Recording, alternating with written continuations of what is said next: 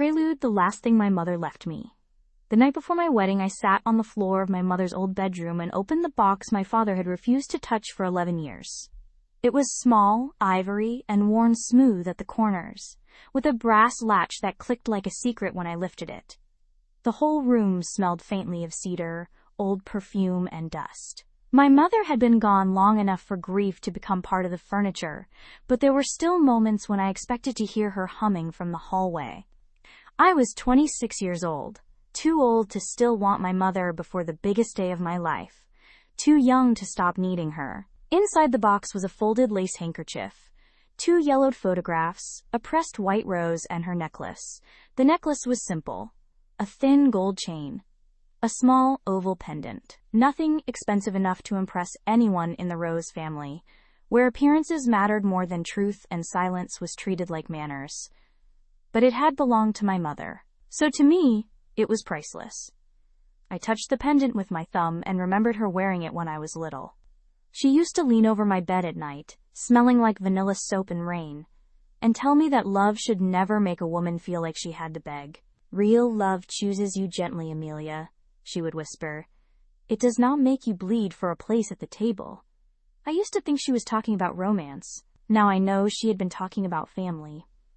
There was a soft knock at the open door. I looked up and saw Ava standing there, my half-sister. Same father, different mothers, different wounds. Ava was already dressed for the rehearsal dinner in a cream silk dress that clung to her like she had been poured into it. Her dark hair fell in polished waves over one shoulder. She looked beautiful, but Ava always did.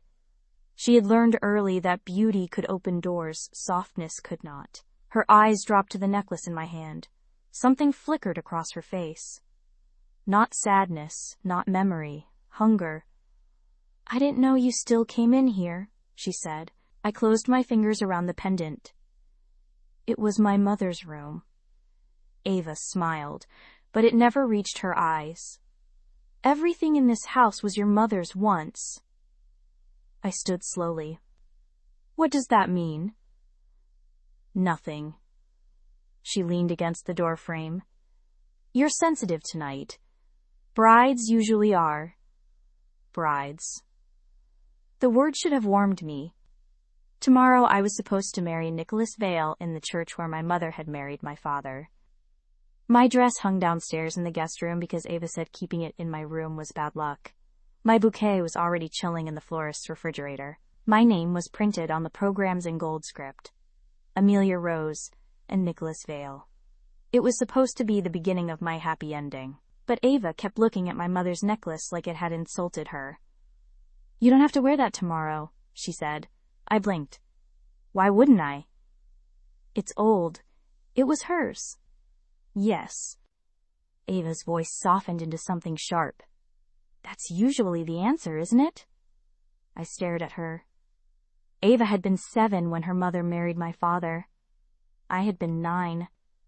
She arrived with 3 pink suitcases, a doll with no shoes, and eyes that studied everything before she touched anything.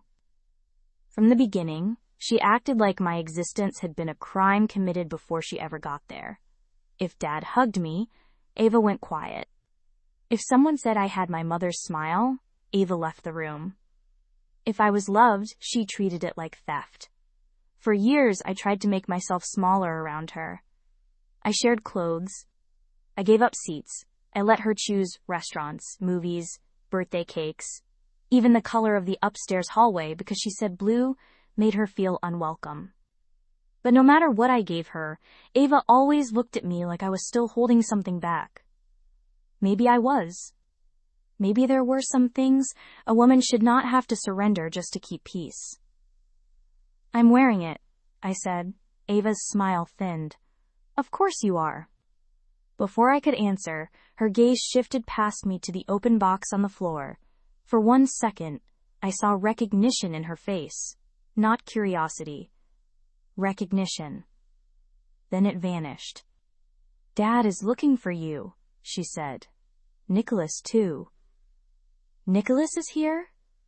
"He stopped by." Her voice stayed light. "Nervous groom, I guess." A strange unease moved through me, but I pushed it down. Nicholas had been distant all week. Ava had said it was normal. My father had said men got quiet before weddings. Everyone had an explanation for the cold places Nicholas left behind. I wanted to believe them. Believing was easier than admitting my heart had started bracing for impact. Ava turned to leave, then paused. Do you ever wonder what your life would have been like if my mother had come first? The question landed softly, but something underneath it cracked the air. I looked at her. Ava, no, really. She glanced around my mother's room. At the curtains my father never changed, the vanity he never removed. The photographs he kept face down but never threw away. If your mother hadn't been the great love story, if you hadn't been the precious daughter left behind, if everyone didn't look at you like losing her made you sacred. My throat tightened. I never asked for that. No, Ava smiled again. You never have to ask for anything. Then she walked away. I stood in the quiet after she left, my mother's necklace biting into my palm. For the first time all night, I noticed something strange. The papers in my mother's box were not stacked the way I remembered. The photographs had been shifted. The pressed rose was upside down. And in the velvet-lined bottom, there was a faint rectangular mark, the size of an envelope that was no longer there. I told myself I was imagining it. Wedding nerves. Grief. Ava. Being Ava. So I closed the box. I put my mother's necklace around my throat. I looked into the old mirror above her vanity and tried to see a bride. Instead, I saw a daughter, trying very hard not to look abandoned. I did not know that somewhere in the city a dangerous man named Soren Veyra had already received a letter written in my mother's hand. I did not know he had made her a promise. I did not know Ava had found the missing page. And I did not know that the next day when I walked into that church wearing my mother's necklace, my half-sister would be standing at the altar in my place. I only knew one thing. My mother had once told me real love chooses you gently. But the man coming for me would not be gentle. He would be dangerous. He would be merciless. And by sunset, he would make me his wife. My sister stole my fiancé, my wedding day, and my place at the altar. But she made one mistake. The most dangerous man in the city was sitting in the back row, and he knew exactly which sister he had come to protect. This is my story. Let's begin. Chapter 1. My wedding day went silent before I ever reached the altar. That was the first warning. Not the knot in my stomach. Not the way my hands trembled around my bouquet. Not even the strange black car parked across the street from the church, its windows too dark for morning light to enter. The silence. A bride was supposed to hear music when the doors opened. She was supposed to hear soft gasps, happy whispers.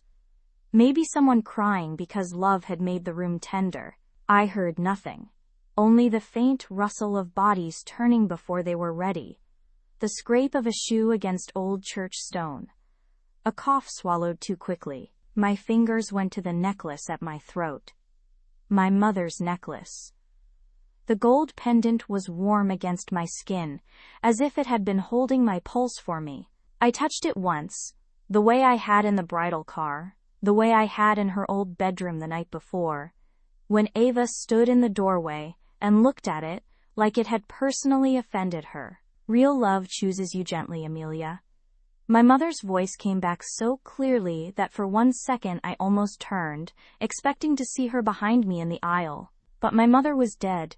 My father was beside me, and he would not look at me. Dad? I whispered. His hand was stiff around my arm. Too stiff. The kind of stiff that came from a man holding something together only because he was terrified of what would happen if he let go. His face had gone gray. Not pale. Gray. Like all the blood had left him and taken his courage with it. What's wrong? He swallowed. The church smelled like roses, candle wax, and polished wood. My bouquet was heavy in my hand. White orchids. Ava had helped me choose them. She had smiled when I said I wanted something simple, something elegant, something my mother would have loved. Now I wondered why she had smiled like that. Amelia. Just my name, not sweetheart, not baby girl, not you look beautiful. My throat tightened. What happened? He opened his mouth, then closed it. Behind the closed sanctuary doors, the silence thickened. A bridesmaid should have been fixing my veil. Someone should have been laughing. The planner should have been whispering last-minute instructions through a headset. But nobody moved. Nobody breathed right. My father stared at the floor. I'm sorry. The words landed like a hand around my heart. I pulled my arm away from his. Why are you sorry? He still would not look at me. The doors opened before he answered. Light spilled into the aisle. Every face turned toward me, but no one smiled. No one stood. No one gave me that soft, shining look brides were supposed to receive on the day they walked toward forever. They looked afraid. Some looked guilty. A few looked hungry, like they had been waiting for the knife to fall and were grateful it had not fallen on them. My eyes moved past them, past the flowers, past the candles, past the rows of people who had known something I had not. Then I saw the altar, and my whole body forgot how to live. Ava stood where I was supposed to stand, my half-sister, my father's other daughter. She was dressed in white. Not cream, not champagne, white. A fitted gown hugged her body beneath the soft fall of my veil. My veil. The one I had left in the guest room because she told me it was bad luck to keep it upstairs. My bouquet was in her hands too, tied with the ivory ribbon I had chosen because it matched my mother's old wedding photos. And beside her stood Nicholas. My Nicholas. My groom. His tuxedo was perfect. His hair was combed back. His face was pale with shame. But he was not moving away from her. He was standing beside her like he belonged there. Like I was the mistake. Like I had walked into someone else's wedding wearing the wrong grief. Ava's mouth curved. Soft. Sweet.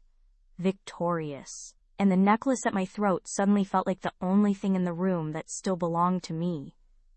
My first instinct was not to scream. It was worse than that. It was to apologize. Some broken, obedient part of me wanted to say sorry for interrupting, sorry for misunderstanding, sorry for standing there in my dress while my half-sister wore my future like it had always belonged to her. Then Nicholas looked at me, and whatever softness I had left began to die.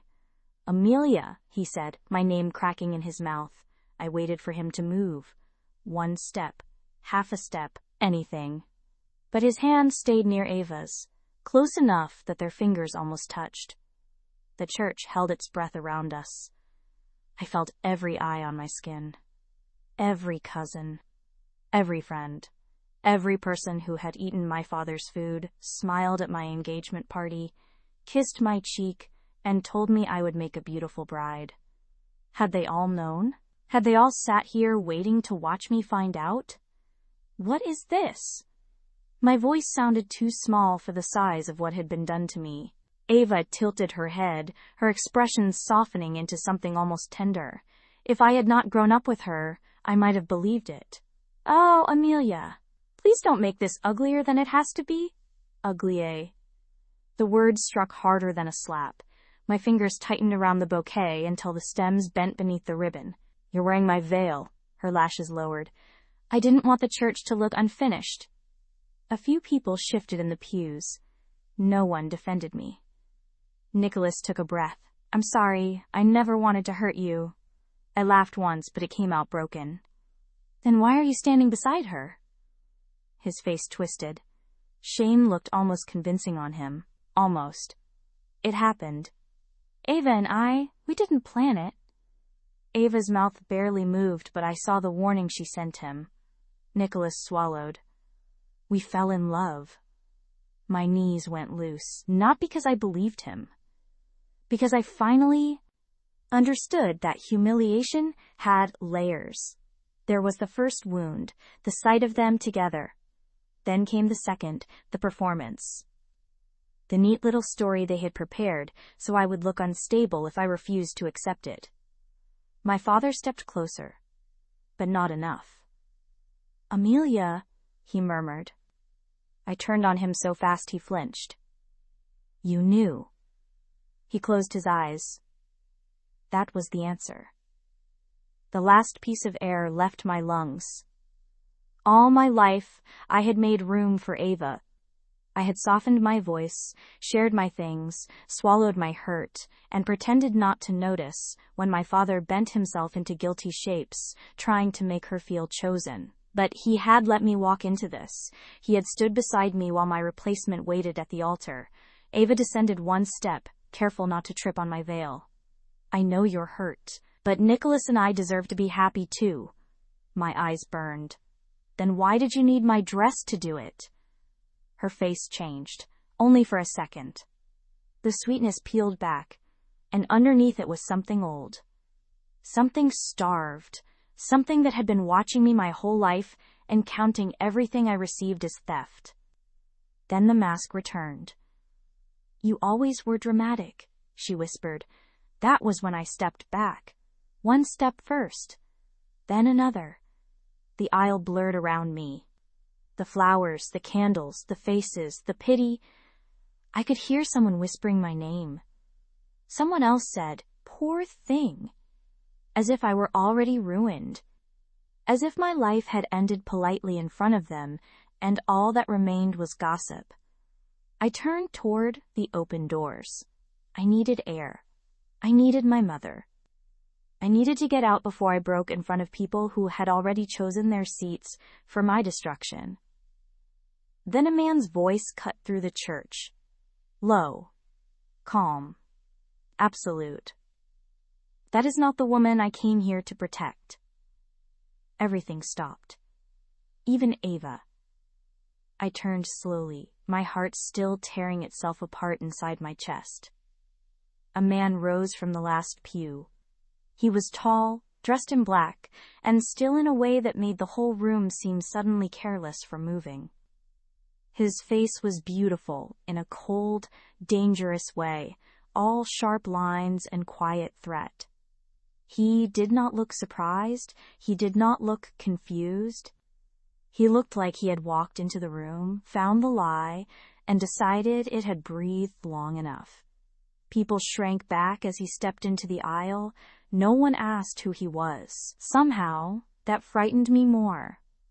His eyes passed over Ava like she was furniture. Then they found me. The necklace at my throat pulsed beneath my fingers. And the stranger walked toward me, as if every stolen thing in that church had just become his problem. Chapter 2. The stranger knew my name before my own fiancé remembered to be ashamed. That should have frightened me. Instead, it made the church feel smaller, like every cruel whisper had been shoved back into the mouths that made it. He walked down the aisle without hurry. No one told him to stop.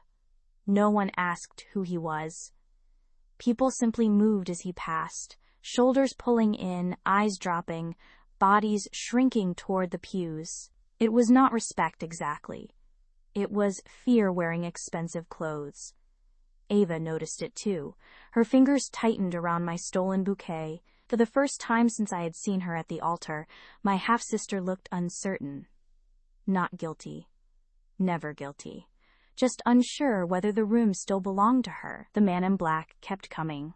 His suit fit like it had been made for violence, dressed as elegance. His face was controlled, unreadable, almost beautiful in a way that felt dangerous to stare at too long. Dark hair. Sharp jaw. Mouth set in a line that promised he did not waste words on people who had already chosen lies. His eyes stayed on me. Not on Ava in the white dress. Not on Nicholas beside her. On me. My hand lifted to my mother's necklace again, not because I meant to, but because something about him made the pendant feel suddenly alive against my throat. Ava stepped forward before he reached me. "Excuse me," her voice sweet enough to rot teeth. "I don't know what you think is happening here, but this is a private family matter." He did not slow. Ava's smile stiffened. "Sir?" Still nothing.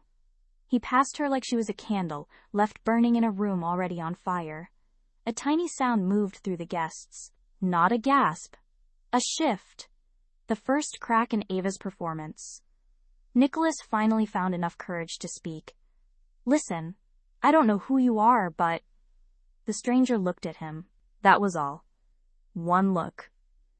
Nicholas went quiet so fast it embarrassed me for him. Then the stranger stopped in front of me, close enough that I could see the faint scar near his left eyebrow, close enough to catch the clean, cold scent of his cologne beneath the roses and candle wax, close enough that my ruined heartbeat changed rhythm against my ribs. Amelia Rose. My name in his voice did not sound fragile. It sounded like something guarded. My throat was raw. "How do you know me?" Behind him, Ava made a small movement. I saw it from the corner of my eye.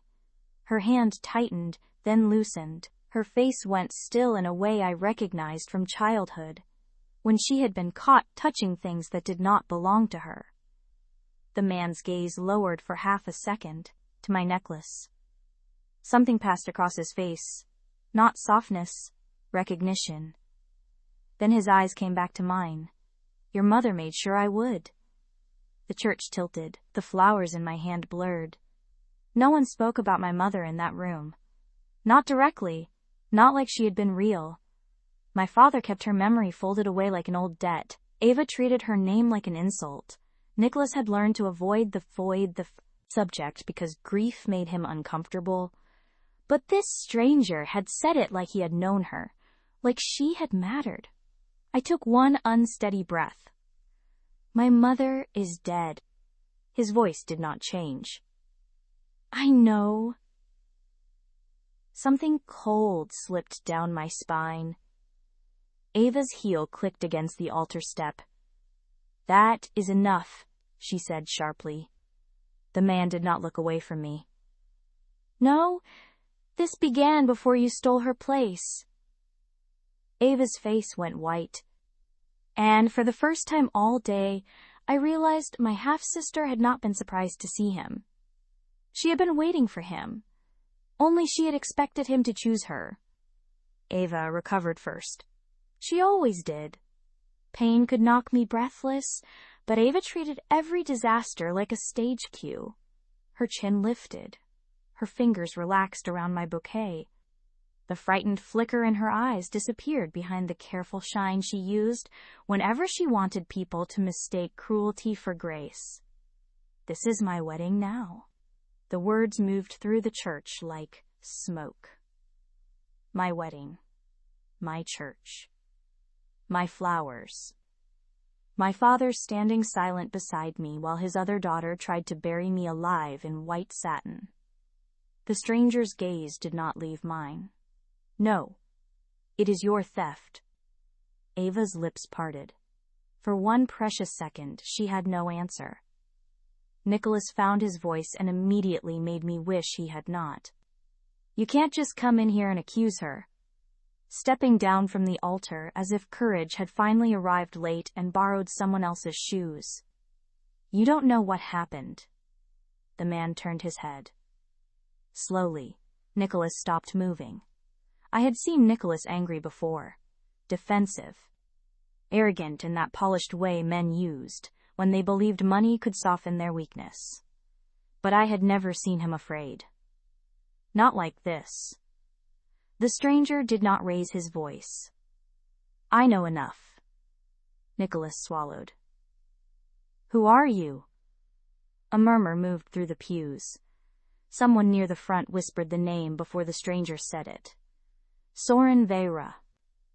The sound made my father's hand clamp around the back of the pew beside him. I looked at him. His face had changed again. Not guilt this time. Terror. My stomach twisted. "Dad?" He did not answer. Soren's eyes returned to me, and suddenly the whole church felt too bright, too crowded, too full of people watching my life split open. "Your mother found me bleeding behind her charity clinic 16 years ago," he said. My breath caught. A few guests shifted, confused. Ava went still. She hid me when men were searching for me. She stitched me herself because calling an ambulance would have brought questions. She fed me, argued with me, prayed over me when I had done nothing to deserve prayer. His mouth tightened faintly, as if the memory still had teeth. She saved my life, Amelia. My mother. My soft-voiced mother, who smelled like vanilla soap and rain. My mother, who had taught me to fold towels neatly, forgive carefully, and never confuse silence with peace. My mother had hidden this man, this dangerous, beautiful stranger who made an entire church afraid to breathe? I shook my head once. Why didn't she tell me? Because you were a child, and because she understood what kind of man I would become. A chill moved over my skin. Ava stepped forward again, but this time her voice was not sweet. This has nothing to do with Amelia? Soren finally looked at her fully. Ava's confidence faltered under it. It has everything to do with Amelia. Your mother knew that one day this family might ask her daughter to bleed quietly for someone else's comfort. She made me promise I would not allow it. My father made a broken sound. I turned to him, barely able to recognize the man beside me. You knew about this? His eyes shone, but he still would not stand straight. Your mother was scared before she died. Of what? His gaze slid toward Ava, and there it was. The answer nobody wanted to say out loud. Ava's face sharpened. Don't look at me like that. But I was looking now, really looking. At the way she wore my veil like victory, at the way she held my bouquet like proof, at the way she had not been shocked by Soren, only angry that he had recognized the wrong sister. No, not the wrong sister, the right one. My hands trembled so badly the flowers shook. Soren stepped closer, not touching me, but near enough that the cold strength of him blocked part of the room from view. You have a choice, he said quietly. I stared at him through the sting in my eyes. You can walk out of here as the woman they humiliated, he continued, or you can walk out under my protection, with a name no one in this room will dare laugh at. Ava let out a sharp laugh. Protection? From what? Her own embarrassment? Soren's expression went deadly calm. From you. The silence after that was different.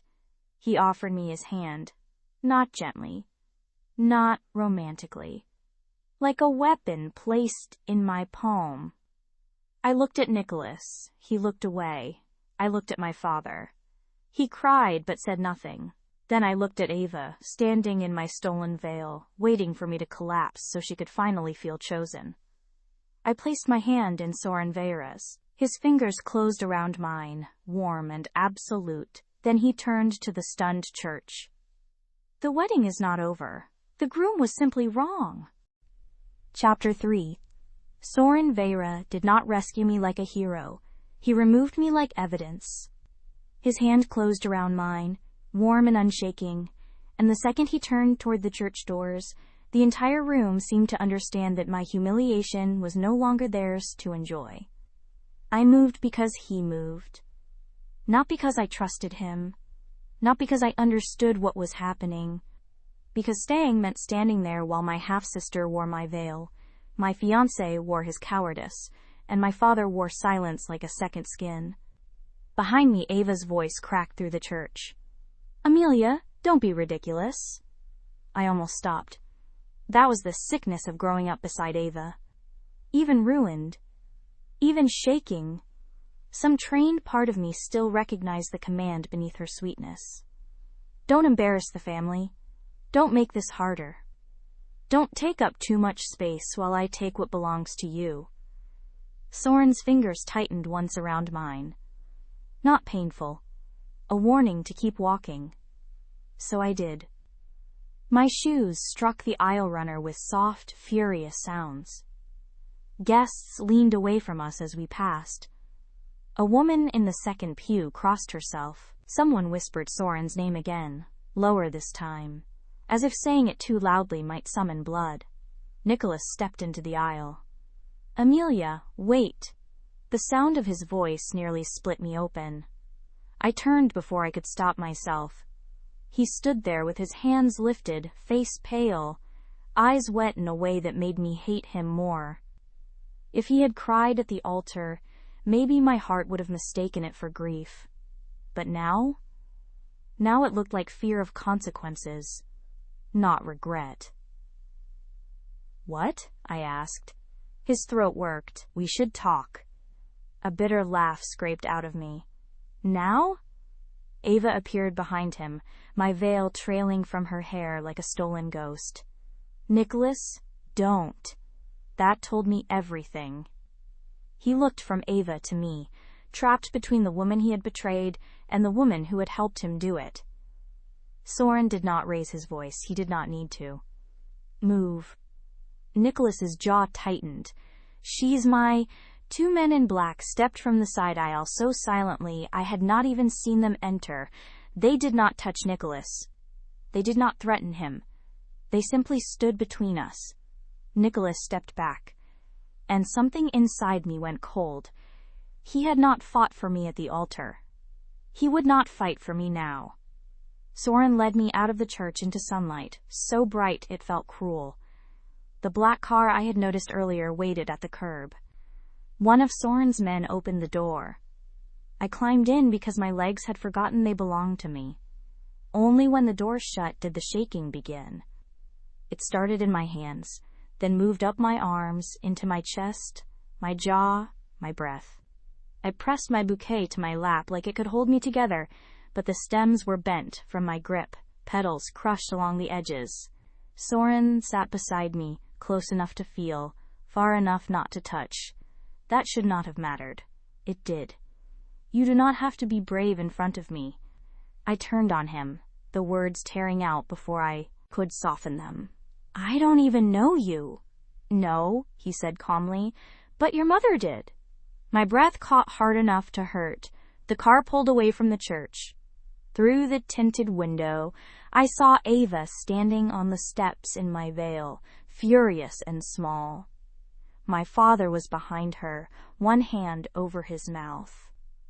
Nicholas stood between them like a man who had lost the script. Then the church disappeared behind us. I faced Soren, my pulse still wild.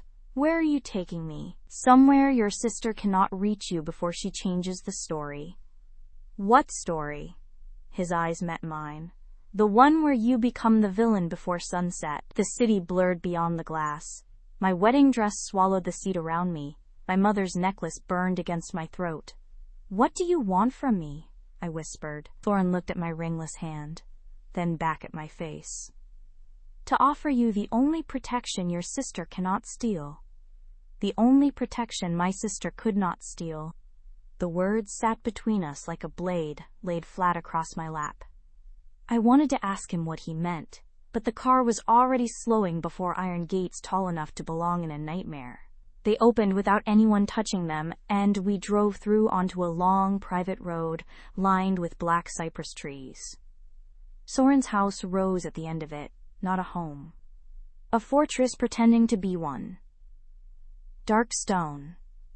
Tall windows. Men positioned near the entrance with the kind of stillness that came from training, not patience.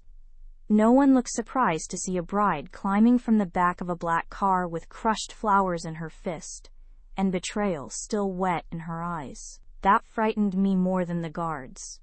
Soren had expected damage today. Maybe not this exact damage, but enough. I stepped into the marble foyer, and my heels clicked too loudly beneath the chandelier. The silence here was different from the church. Cleaner, sharper, not full of judgment, full of control. I turned on him the second the doors closed. No more half answers. My voice shook, but I forced it to stay alive. "You walked into my wedding, took my hand, scared half the room without trying, and brought me here like I belong to you. So tell me what you want from me." Soren removed his black gloves slowly, finger by finger. "I want nothing you do not give." "Don't make that sound noble." "It is not noble." His eyes held mine. "It is precise." I hated that he was calm. I hated that I noticed the way his voice lowered when I was close to breaking. I hated that beside him. The whole world felt dangerous, but not as dangerous as being sent back to the people who had watched Ava replace me. Soren stepped toward a side table where a phone lay waiting. Your sister will move fast. By tonight she will tell everyone you were unstable. Jealous. Secretly involved with me. She will make herself the wounded bride and you the scandal. My stomach turned. Because I knew Ava. And he was right. She already stole the wedding, he continued. Now she will try to steal the story. I gripped the bouquet harder. How do I stop her? With something louder than rumor. The room seemed to narrow. I stared at him. What? My name? A laugh escaped me, thin and disbelieving. You cannot be serious. I am never anything else. You want me to marry you? I am offering you a shield. You are a stranger. Yes. A dangerous one. Yes. At least lie if you're going to propose to a woman on the worst day of her life. Something almost human moved through his face. Not amusement, not warmth, but a faint fracture in the cold. I will not begin this with a lie. Marriage to me gives you protection your father cannot withdraw, status your sister cannot counterfeit, and a position Nicholas Vale will never have the courage to challenge. Nicholas's name landed like a bruise. I looked down at my dress, at the delicate lace chosen for a man who had let me stand in front of an altar and bleed. And what do you get? Soren was quiet long enough for my pulse to trip. I keep a promise. My throat closed. My mother again. Always my mother, reaching through death with hands I could not hold. He moved closer, but stopped before his shadow touched my dress. You can say no. A car will take you anywhere you choose. I will give you guards until you feel safe. Money if you need distance. Silence if you want the world to forget this day. Then why offer marriage? Because Ava Rose does not want you forgotten. His gaze sharpened. She wants you ruined. The truth of it broke something clean inside me. I saw Ava in my veil, Nicholas looking away, my father crying without defending me, the guests waiting to see whether I would collapse prettily enough for them to forgive themselves for watching. If I left alone, Ava would write the ending. If I married Soren Veyra, she would have to choke on it. My hands stopped shaking. Call the efficient. Soren's eyes darkened. Be certain. I am not certain of anything. I lifted my chin. Except that I will not go home discarded. The efficient arrived before sunset. No music, no flowers, no smiling guests pretending betrayal was romance. Just a quiet room, a dangerous man, and my broken voice refusing to disappear. When Soren slid the ring onto my finger, it was not tender. It was final. Amelia Rose, the efficient said. The name struck through me like lightning. Soren leaned close, his mouth near my ear, his voice low enough for only me to hear. Now let your sister try to steal you. Chapter 4. I woke up married to a man whose name could make a church fall silent. For 3 seconds I did not move. The ceiling above me was not mine. The sheets around me were too soft, too cold, too expensive. Morning light spilled through tall windows, dressed in heavy charcoal curtains, touching the room in silver instead of warmth. Then I saw my hand. The ring. Not Nicholas's ring. Not the delicate diamond I had taken off in the church without realizing when it slipped from my finger or where it had gone. This one was different. Elegant. Sharp. Unmistakable. Soren Veyra's ring looked less like jewelry and more like a verdict. I sat up too fast, and the room tilted. My wedding dress was gone. Someone had placed it over a chair near the fireplace, the lace folded with almost reverent care, even though the gown felt cursed now. I was wearing a silk robe I did not remember putting on, tied tightly at my waist. My throat burned, my eyes felt swollen, and my mother's necklace still rested against my skin. I grabbed it before I grabbed anything else. The pendant was there, warm, real. The only piece of yesterday, that had not betrayed me. Yesterday, Ava in white, Nicholas looking away, my father crying without saving me, Soren's hand closing around mine. Amelia Rose. A sound came out of me before I could stop it. Not a sob. Not fully. More like my body had found a crack in the silence and tried to crawl through it. A knock came at the door. I froze. Amelia. Soren's voice came from the other side. Low. Controlled. Too close to the sound of last night, when he had leaned near my ear and dared my sister to try stealing me now. May I come in? May I? The words hit me strangely. After a day where everyone had taken from me without asking, the most dangerous man in the city waited on the other side of a door for permission. I tightened the robe around myself. Yes. The door opened. Soren entered carrying a tray. Not a servant, not one of his silent men. Him. He wore black again, though not the same suit from the church. His hair was damp, as if he had already been awake for hours, showered, dressed, resumed command of whatever world made men whisper his name like a warning. He set the tray on a small table near the window. Coffee, toast, fruit, something warm beneath a silver lid. My stomach turned at the sight of food. I'm not hungry. I assumed. He poured coffee anyway. But shock burns through the body whether grief gives permission or not. I stared at him. Do you always talk like that? His eyes met mine. Like what? Like every sentence already knows where it's going. For a moment, something faint moved at the edge of his mouth. Not a smile. Almost worse. Almost human. Then, it disappeared. I swung my legs over the side of the bed, keeping distance between us because I did not trust my own nerves around him. He had saved me, married me, and brought me into a fortress before my tears had even dried. Gratitude and fear sat too close together in my chest. I want the truth. Not pieces, not pretty lines, not whatever you think I can survive hearing. Soren's face settled into stillness. My mother? I continued, my voice roughening. You said she saved your life. She did. How? He looked toward the window, but I knew he was not seeing the garden beyond it. When I was 22, he said, men who wanted my family dead chased me through the south end of the city. I was bleeding badly by the time I reached your mother's clinic. The room went colder. My mother worked at a charity clinic, I whispered. Yes. Soren turned back to me. And that night, instead of calling the police, instead of handing me over, she locked the doors, hid me in the storage room, and stitched me herself, while men with guns searched the street outside. My fingers closed around the edge of the mattress.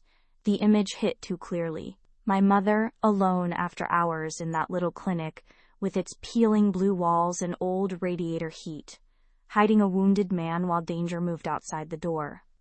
She had always seemed gentle to me, soft in the way rain was soft before it flooded the streets, but this was not softness. This was courage.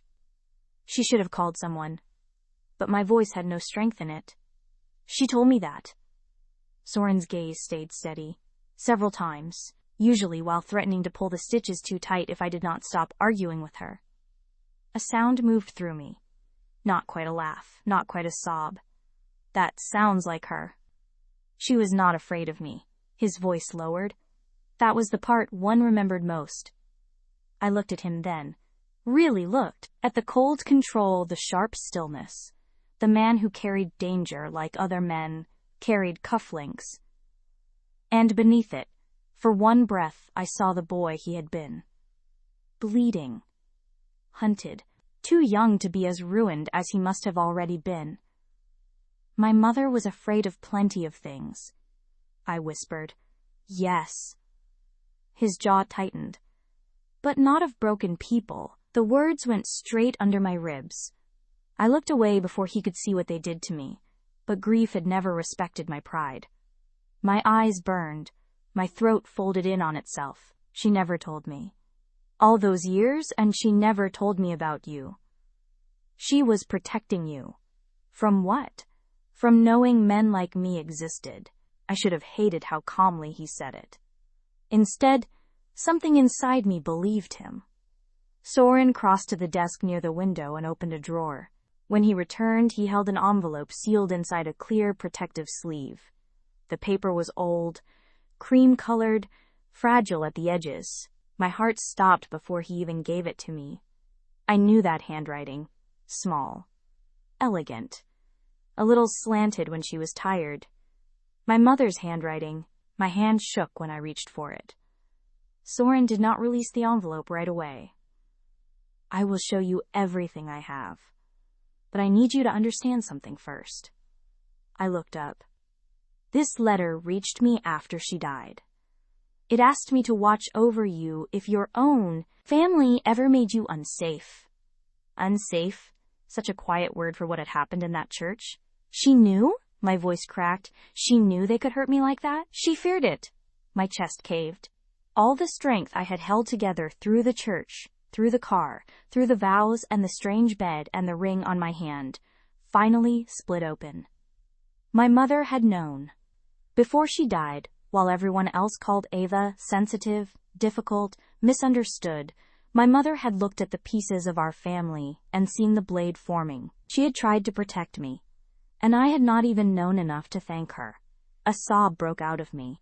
I pressed a hand over my mouth, ashamed of the sound, but Soren did not move toward me quickly. He did not crowd me. He only stepped close enough to be there, then stopped, one hand half lifted at his side. Waiting. That almost hurt worse. Everyone else had taken. He waited. I nodded once because speech had left me. His hand settled on my shoulder. Heavy, warm, careful, not possession. Permission answered. The touch undid me. I bent forward, clutching my mother's letter against my chest, and cried for the woman who had loved me loudly in life and secretly in death. Soren stayed there, silent, his thumb barely moving once against my shoulder, as if even comfort from him had to be disciplined not to become too much. A sharp knock struck the door. Soren's hand left me.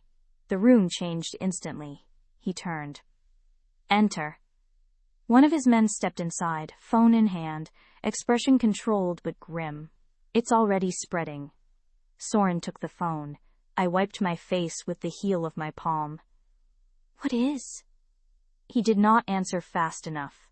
That was answer enough. I stood on unsteady legs and crossed to him. The screen showed my face from the church steps, blurred by tears, my wedding dress bright against the black car. Beside it was Ava, still in my veil, one hand pressed dramatically to her heart. The caption made my stomach drop. Betrayed bride or secret mistress?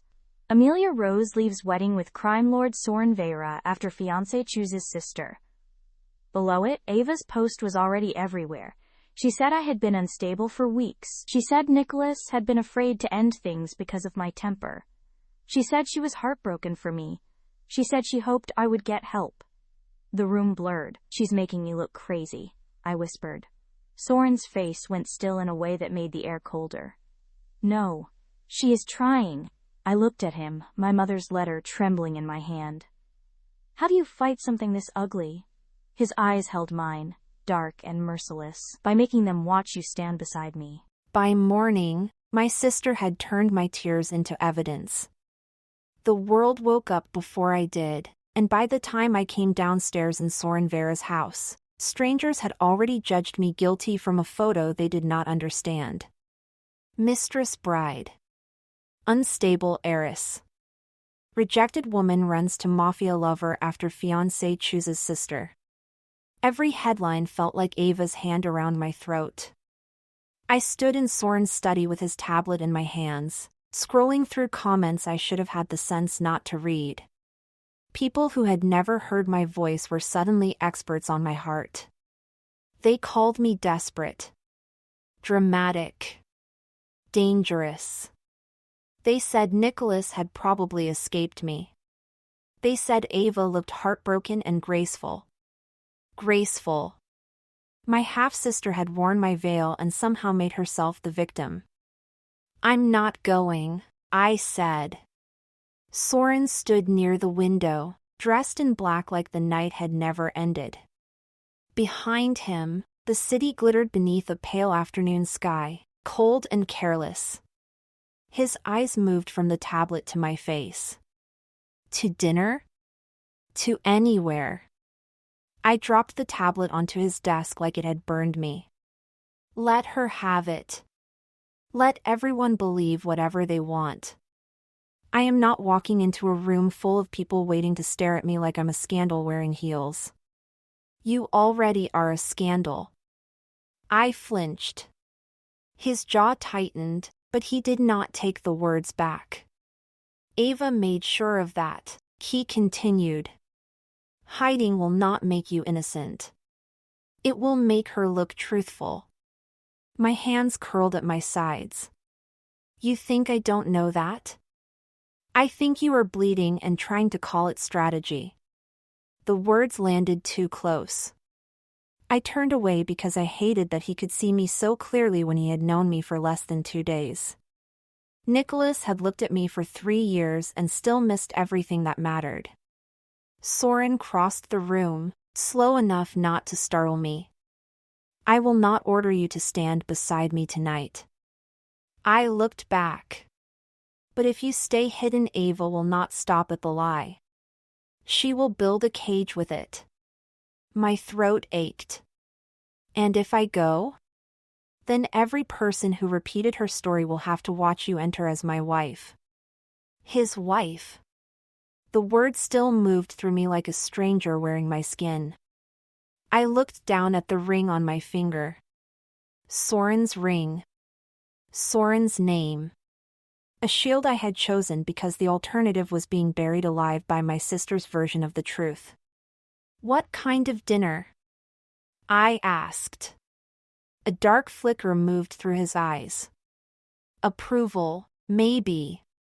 Or warning. Private charity event. Public enough to matter. Controlled enough to keep you safe. Safe. I almost laughed. Nothing about this life felt safe. Not Ava's smile. Not my father's silence. Not Nicholas's weakness. Not Soren Veyra standing close enough to make danger feel like shelter. 2 hours later, I stood before a mirror in a deep emerald dress Soren's staff had somehow found in my size. It was elegant, fitted without begging for attention, the kind of dress Ava would have hated because it did not need softness to look expensive. My mother's necklace rested at my throat. I touched it once. The door opened behind me. Soren stopped on the threshold. For a moment, his face changed. Not enough for anyone else to notice. Enough for me. You look like Mrs. Veyra. My breath caught. My hands are shaking. He came closer and took one of them, turning my palm upward with careful control. His thumb pressed once against the center, grounding me. Then let them shake. Just do not lower your chin. At the event, every head turned when we entered. Whispers rose, then died when Soren's hand settled at the small of my back. I was still trying to breathe through the weight of the room when the doors opened again. Ava walked in on Nicholas's arm, dressed in soft white, with heartbreak painted perfectly across her face. For one foolish second, I thought Nicholas might look ashamed. He did not. He walked in beside Ava with his jaw tight and his eyes carefully trained anywhere but on me. He wore the same polished expression he used at business dinners, the one that said he had survived something difficult and wanted credit for remaining civilized. Ava, though, was worse. She looked wounded beautifully. Her white dress was softer than the gown she had stolen from me, less bridal, more tragic. Her hair was pinned loosely at her neck. Her makeup made her eyes look wet even before she pretended to blink back tears. The room responded exactly the way she wanted. Pity shifted toward her like light finding glass. Soren's hand stayed at my back. Not possessive enough to make a scene. Firm enough to remind me I was not standing alone. A man near us murmured something about scandal under his breath. Soren turned his head slightly, and the man's mouth shut mid-word. I should not have found comfort in that. I did. Ava and Nicholas approached slowly, as if walking toward me was an act of bravery. Amelia, Ava said, voice soft enough for everyone nearby to hear. You look, well. There it was. The pause. The little blade wrapped in silk. I lifted my chin because Soren's thumb pressed once against my spine. So do you. White again. A few people heard it. Ava's smile held, but her eyes sharpened. Nicholas cleared his throat. We don't want trouble. I looked at him then. Really looked. At the man I had planned to marry. At the man who had let me walk into a church full of witnesses and find my life already stolen. No, you just want peace after causing it. His face flushed. Ava touched his arm like she was calming him, like I was the unstable thing in the room. Soren's voice cut in, smooth and cold. My wife does not answer to either of you. My wife. The words did something dangerous inside me. Not because they were romantic. Because they were public. Because after a whole room had watched Nicholas discard me, Soren Veyra named me without hesitation. Ava's smile twitched. Mrs. Veyra now. How fast things change. Some things, Soren said. Others only reveal what they always were. The silence around us tightened. Ava's mask almost slipped, then settled again. She turned to me. Can we speak privately? Just sisters. Sisters. The word tasted rotten. Soren's hand did not move from my back, but his body changed. A subtle shift. A warning I felt before I saw. You don't have to. I looked at Ava, at the careful sadness on her face, at Nicholas standing behind her like a man too weak to be worth the grief he had caused. No, I want to hear what she says when no one is clapping for her. Ava led me into a quiet side hallway near the powder room, away from the music in crystal glasses and polished sympathy. The moment the door clicked behind us, her face changed. The wounded sister vanished. The girl who had watched me from doorways my whole life stood in her place. You always do that. I folded my arms. Do what? Make people protect you.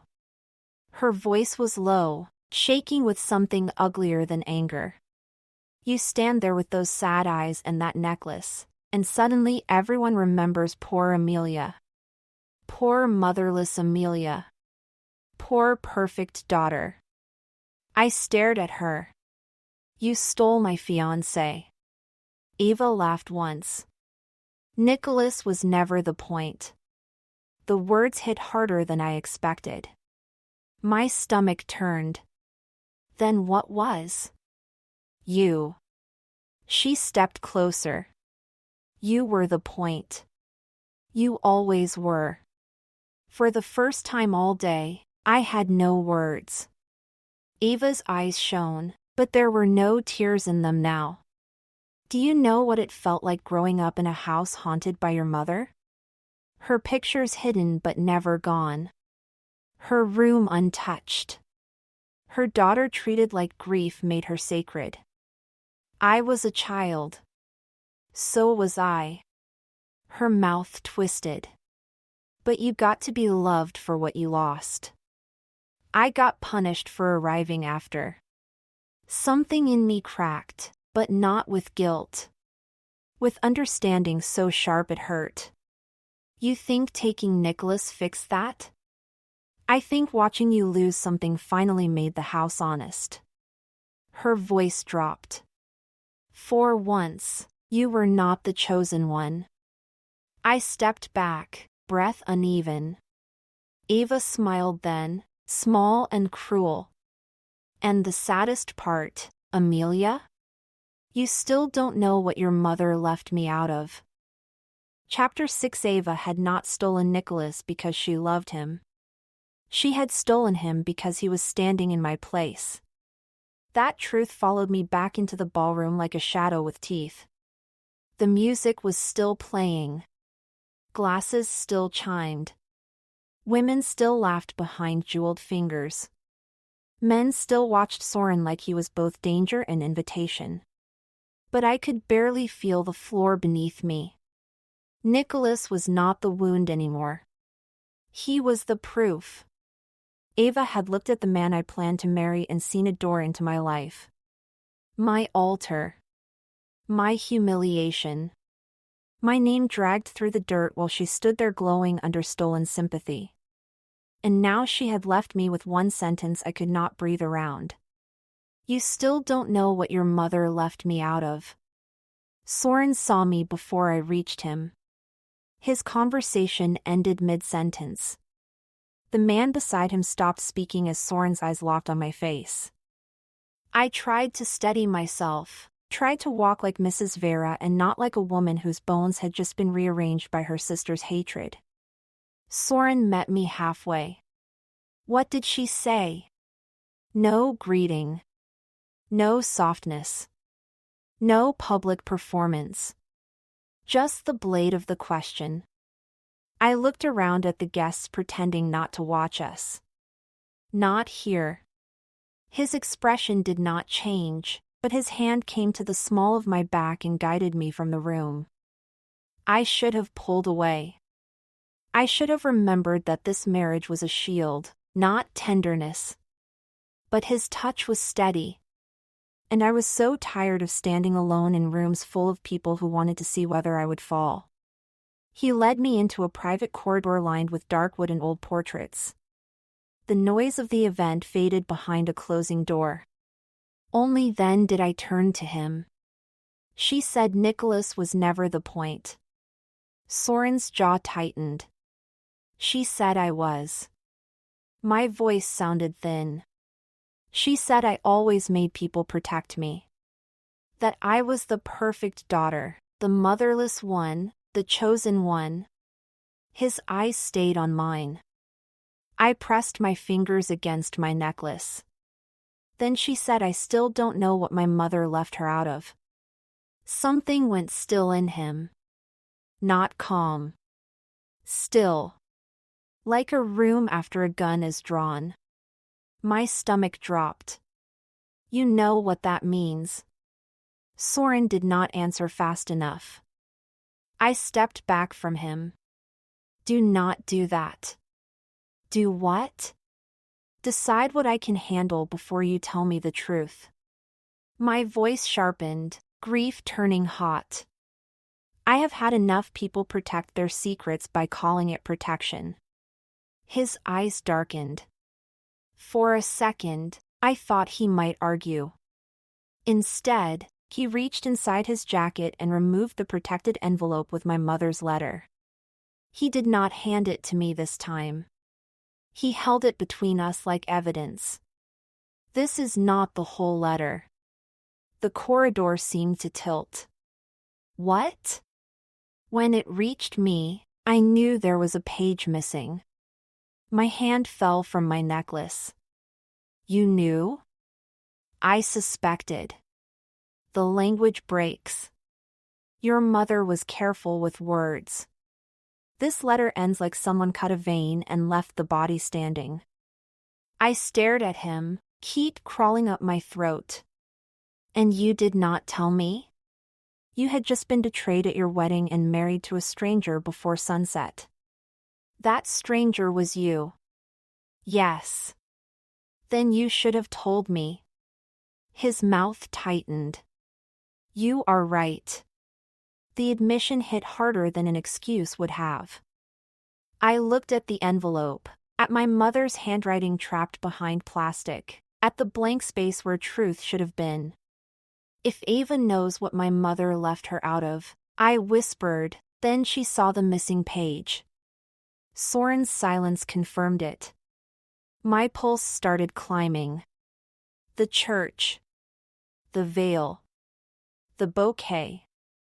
Ava waiting at the altar in white with a smile too sharp to be surprise. My breath caught.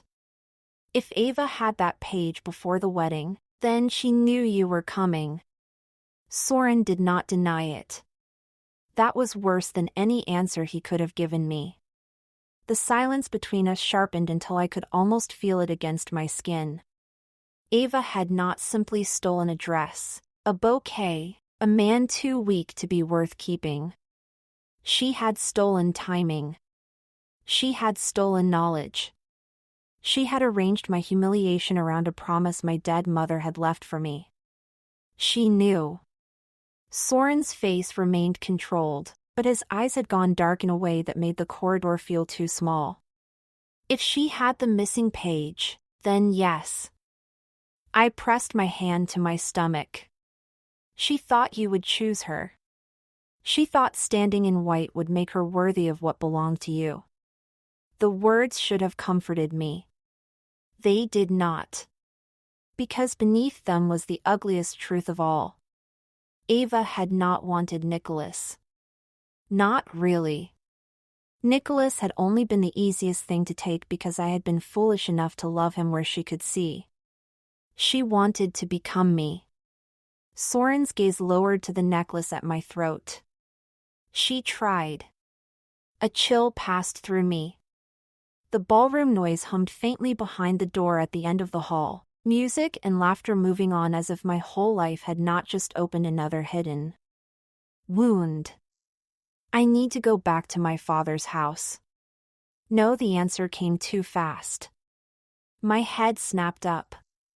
You don't get to say no. I do when you were walking into a trap while shaking hard enough to drop. Anger flared because it was easier than fear. Do not treat me like I'm fragile. I am treating you like you matter. That stopped me. For one terrible second, I had no defense against him. Nicholas had handled my pain like inconvenience. My father had handled it like shame. Ava had handled it like opportunity. Soren handled it like something he intended to answer for. I looked away first. We go tomorrow, together. You search her room, your mother's things, whatever you need. But not tonight. Not while Ava knows she rattled you. He was right. And I trusted him enough to listen. By the time we returned to the estate, the house was wrapped in night. I tried to sleep, but every shadow in the room turned into Ava in my veil. Every silence became Nicholas looking away. Every breath became my mother's missing words, waiting somewhere in a house that no longer felt like home. Near midnight, I gave up. Soren was in his study when I found him. No jacket. Sleeves rolled. One lamp burning low across his desk. He looked up before I knocked, as if he had known I would come. You don't sleep? Not much. Why? His eyes held mine. Silence is safer than dreams. The answer slipped under my skin. I stepped inside, closing the door behind me. The room smelled like leather, paper, and him, something clean and dark I was beginning to recognize against my will. I miss her. The words broke loose before pride could stop them. My mother. I miss her so badly it feels like something is still being taken from me. Soren stood. He did not rush. Did not ask me to explain grief that needed no explanation. He came around the desk slowly, giving me time to retreat. I did not. She had brave hands. My throat closed. Not beautiful. Not kind. Not all the easy things people said about dead women when they wanted grief to behave. Brave hands. He remembered the part of her that acted. The part that saved him. A tear slipped down my cheek. Soren lifted his hand and wiped it away with his thumb. The touch was careful. The damage was not. My breath caught. His thumb lingered near my jaw, and suddenly the room changed shape around us. I could hear my own heartbeat. Could feel the warmth of him, the restraint, the dangerous pull of a man who had stood between me and every person trying to make me smaller. I leaned in before I decided to. His eyes dropped to my mouth. For one stolen second, I thought he would kiss me. I wanted him to. The realization frightened me more than Ava ever had. Soren stepped back first, his control visibly strained. Do not. His voice rough. I swallowed. Are you afraid of me? No, his gaze burned through me. I am afraid of what I become when I want something. My heart beat hard once. I'm tired of men who leave, I whispered. Soren reached out, 2 fingers beneath my chin, lifting my face with a gentleness that felt more dangerous than force. Be careful, Amelia. I do not abandon what becomes mine.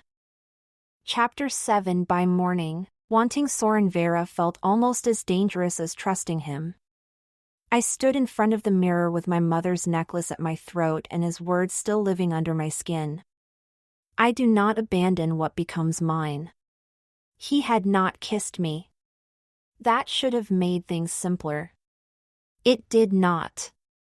Because now I knew what it felt like to almost be touched by him with no audience, no bargain, no sister watching from the shadows.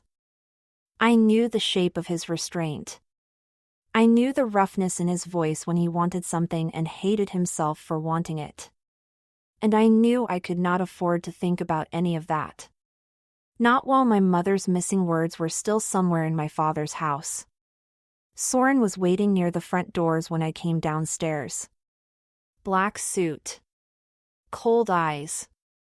Control back in place like armor. But his gaze dropped to my mouth for half a second. Half a second was enough to ruin my breathing. You still want to go? I need to. That house will hurt. I picked up my purse, fingers closing around the copy of my mother's letter Soren had given me.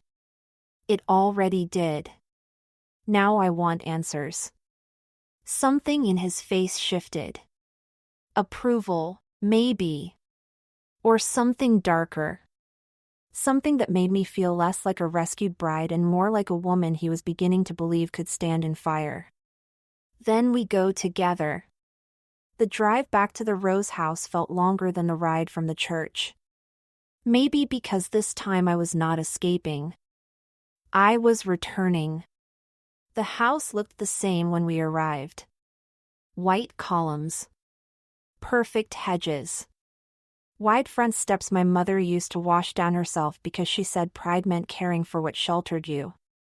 Now the place looked polished and hollow. My father opened the door before we knocked. He looked older than he had 2 days ago. Smaller too, as if silence had finally started charging him interest. His eyes moved from me to Soren, then back to the ring on my hand. Amelia. I hated how much part of me still wanted him to sound relieved. We need to go through Mom's room. His face tightened. I don't think that's a good idea. I almost laughed. Not because it was funny. Because after everything, he still thought he could manage pain by closing doors. You let Ava stand at my altar in my veil. You don't get to decide what is good for me now. He flinched. Good. Soren stood beside me, silent and still, but his presence filled the entryway like a locked gate behind my spine. My father's voice dropped. I didn't know how to stop it. You didn't try. The words left me calm. That made them worse. His eyes shone. I thought if I chose a side, I would lose one of you. You lost me when you chose silence. For the first time, he had no answer. I walked past him. My mother's room was at the end of the upstairs hall, untouched behind a door my father had treated like a shrine and a confession. When I opened it, the air inside smelled faintly of cedar and old lavender. Grief had been waiting there. So had memory. The vanity. The curtains. The quilt folded at the foot of the bed. The ivory box from the night before my wedding sat on the dresser, exactly where I had left it. Except it was not closed all the way. My pulse stumbled. Soren noticed before I spoke. Amelia. I crossed the room slowly and lifted the lid. The photographs were shifted again. The pressed rose was gone. And beneath the velvet lining, tucked into a slit I had never seen before, was the corner of an envelope. My mother's handwriting stared back at me. For Amelia. Only when the house finally turns against her. My fingers went numb. For a moment, I could only stare at the envelope, at the slant of my mother's writing, at the words that seemed to know exactly how ruined I would be when I found them. Only when the house finally turns against her. Not if. When. Soren moved closer, but he did not reach for it. That is yours. The gentleness in his voice almost broke me before the paper did. I pulled the envelope free. The seal had already been opened. Eva. My hands shook so hard that the paper whispered when I unfolded it. The page inside was thinner than the other Soren had shown me, creased at the center, as if someone had read it too many times and hated every word more with each reading. My mother's voice rose from the page. Not aloud. Worse. Inside me. Soren, if this page reaches you, then the first part of my letter has done what I prayed it would. But this page is not for you alone. It is for Amelia, when she is old enough to understand that love and blood are not always the same thing. My breath fractured. Soren stood behind me, close enough to steady me if I fell, far enough to let me choose whether I needed him. I kept reading. My daughter has a soft heart. Softer than this house deserves. She will give away pieces of herself to keep peace, because I fear I taught her kindness before I taught her boundaries. If I am gone, she may believe silence is love because the people around her will call it family. Do not let them. A sound tore out of me. Small. Broken. I pressed the page against my chest for 1 second, not to stop reading, but to survive it. My father stood in the doorway behind us, pale and trembling. What is that? I did not answer him. He had answered me enough with silence. I lowered the page and forced myself to continue. Eva is not evil. But she is wounded, and wounds left worshipped become weapons. My husband sees her pain but not what it is becoming. He bends toward her guilt and calls it fairness. He asks Amelia to understand, to share, to make room, to forgive before she is even allowed to be hurt. One day, that may teach Eva that Amelia's life is something she can take if she cries hard enough. My throat closed. Every birthday I had softened. Every dress I had let Eva borrow and never asked for back. Every apology I had made when I was the one bleeding. My mother had seen it. She had seen all of it. I looked at my father then. His eyes filled, but I felt no comfort in it. You knew she was afraid. His mouth opened. Closed. Your mother worried too much. No. One word. Quiet. Lethal. My father stepped back as if it had struck him. I turned the page over and found more writing. The final lines were darker. The ink pressed harder into the paper. If Ava ever tries to stand in Amelia's place, do not be deceived by tears, dresses, titles, or claims of fairness. My daughter is Amelia Rose. She wears my necklace because I gave it to her with my own hands. You will know her by that, and by the way she tries to be brave even when no one is brave for her. My fingers flew to the pendant. Soren's gaze followed. That is why, I whispered. His eyes met mine. Yes. You knew me because of this. I knew you because your mother told me how. The room blurred. Ava had worn my veil, held my bouquet, taken my altar. But she had never stood a chance of becoming me in his eyes. My mother had made sure of that. I read the last line. And whatever was left of the old version of me, the version who still tried to explain Ava away, finally went quiet. Protect Amelia from the daughter my husband refuses to see clearly. Chapter 8. Ava texted me before my mother's letter was even cold in my hands. I was still standing in the room where grief had learned to keep its shape, still staring at the final line my mother had written like a warning from the grave, when my phone lit up on the vanity. We need to talk. Alone. No apology. No explanation. No shame. Just a command dressed as a request. Soren read the message over my shoulder, and the air in the room changed. No, I turned slowly. That was fast. So was your sister's lie at the altar. My father stood behind us in the doorway, one hand braced against the frame like the house itself had finally become too heavy for him. He looked at the phone, then at me. Amelia, maybe you should hear her out. The laugh that left me did not sound like mine. Of course you would say that. His face crumpled. You only mean Ava is upset. Ava is wounded. Ava needs understanding. I stepped toward him, my mother's letter still clutched in one hand. I was humiliated in a church full of people, married to a stranger before sunset, and dragged through headlines by your other daughter, but somehow you still find room to worry about Ava's feelings first. He had no answer. He never did when truth stopped giving him somewhere soft to hide. My phone buzzed again. Come back tonight. If you bring him, I say nothing. Soren took one step closer. She wants you separated from protection. She wants control. There's a difference. Not when control becomes danger. I looked at him then, really looked, and saw the restraint in his face.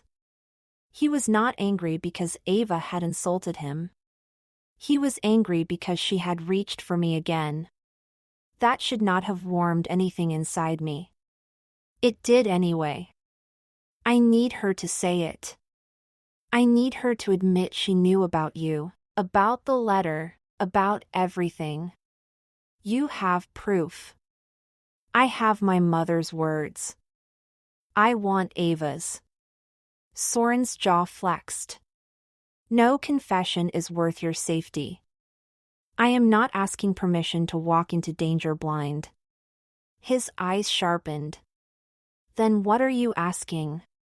For you to trust that I can face her without disappearing. For a moment, he said nothing. The silence between us was not soft. It was a negotiation with teeth. Then Soren held out his hand. Your phone. I gave it to him. He checked something, then handed it back. Location stays on. Call remains open. You carry a copy of the letter, not the original. My men stay outside. I stay close enough to break the door down. My pulse kicked. And if I say that sounds controlling, then I will tell you the truth. His voice dropped. It is. I should have hated that. Instead, I believed him. An hour later, I walked into the Rose house alone. The original letter was locked in Soren's car. A copy rested in my purse. My phone sat hidden in my coat pocket. Call open, Soren silent on the other end. The house was too quiet. Ava waited in the sitting room, dressed in pale blue this time, her hair loose, her eyes already shining. She looked like regret. I knew better. Amelia. I didn't think you'd come. I stopped just inside the doorway. You told me to come alone. Her gaze flicked toward the hall behind me. And did you? I touched my mother's necklace. Ava saw it. Her tears vanished before they fell.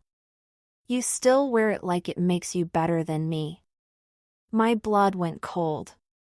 And just like that, the trap opened its mouth. I did not step back. That was new. The old Amelia would have softened her face, lowered her voice, tried to explain that the necklace was not a crown, not a weapon, not some proof that I mattered more. But the old Amelia had died in a church aisle wearing a wedding dress no one respected. I looked at Ava and said, "It was my mother's." Her mouth tightened. Exactly. There it was. The wound beneath every lie. Ava moved deeper into the sitting room, and I followed just far enough to keep space between us. The room was dim, lit only by 2 lamps and the low glow of the fireplace. Family portraits stared down from the walls like silent witnesses too cowardly to intervene. I came for the truth. Ava laughed under her breath. No. You came because you still need me to admit you were wronged before you'll let yourself hate me. My pulse kicked.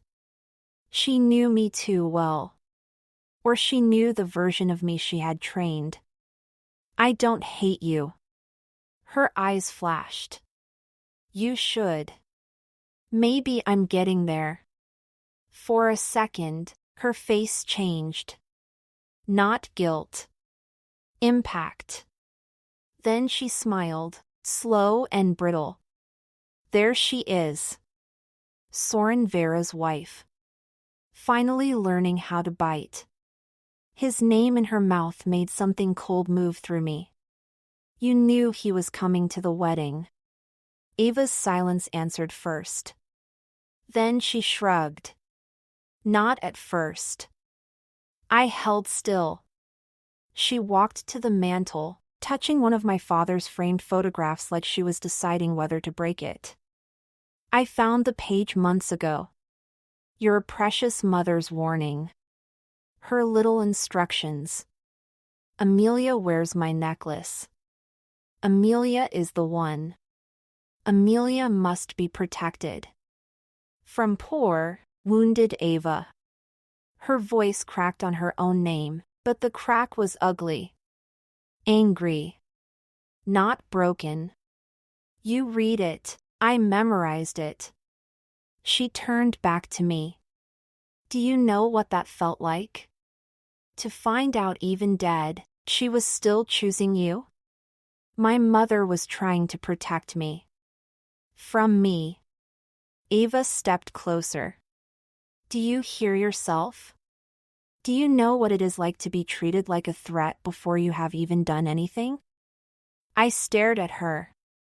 Ava, you stole my wedding. Because you had a man like Soren Veyra coming to save you. Her voice rose. You had power waiting in the back pew and didn't even know it. You had another person ready to choose you, protect you, Claim you, while I had Nicholas and a father too guilty to love me properly. The name hit the room before the man did. A floorboard creaked behind me. My body went cold. Nicholas stepped out from the hallway. He looked terrible. Pale. Unshaven. Still handsome in the useless way expensive things could be useless after they shattered. Amelia. I turned fully, keeping Ava in the corner of my eye. You're here. He looked away. Ava's voice sharpened. Stop looking at her like that. You chose. Nicholas flinched, and suddenly I understood. He was not here for me. He was here because Ava had pulled the leash. I took a slow breath, praying Soren could hear every word through the phone hidden in my coat. What do you want? Ava held out her hand. The letter. I almost laughed. You brought me here for a copy? And the necklace. My hand flew to my throat. Ava's eyes fixed on the pendant with pure hunger. She used it to mark you. To make sure he would know you. So give it to me.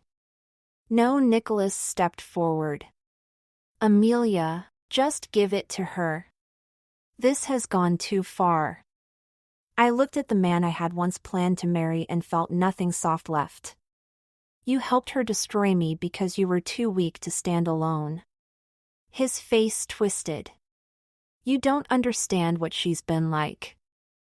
I understand exactly what both of you are.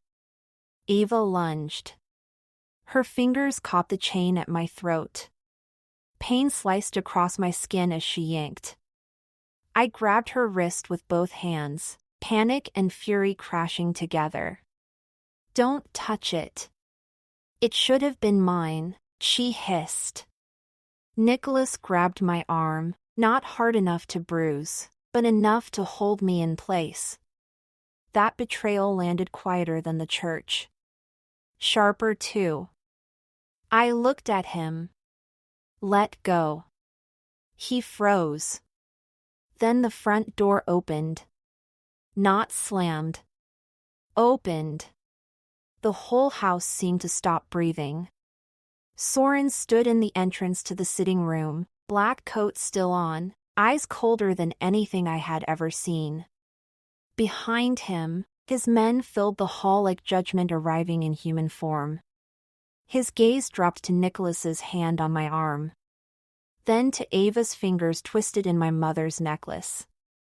When he spoke, his voice was calm enough to terrify the room. Take your hands off my wife.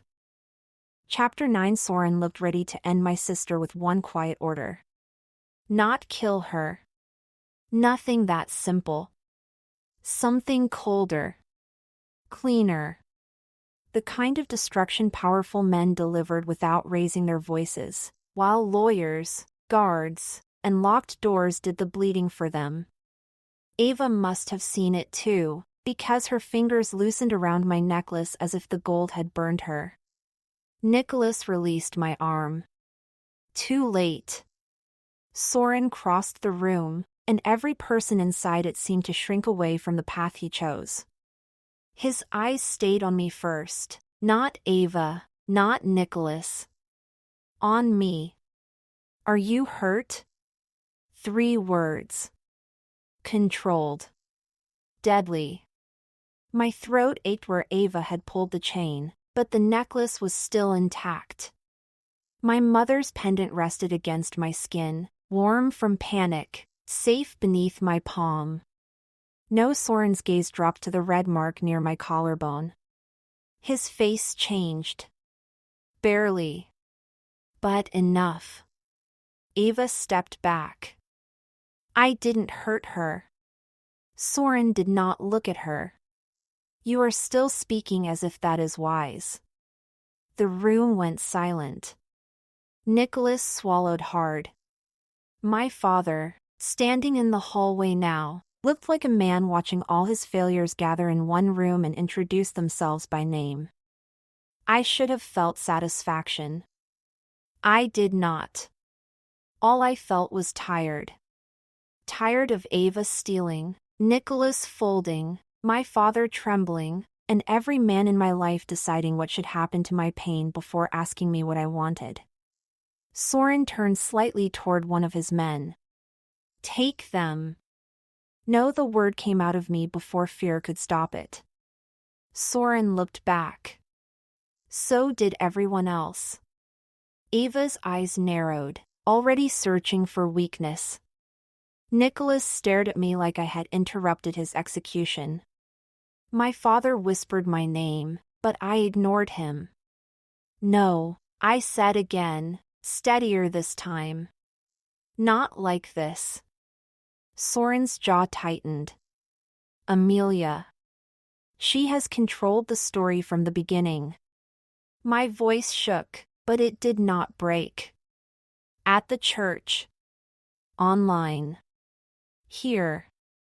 Every time she hurts me, someone else tries to clean up the mess quietly so the family does not look ugly. My father flinched.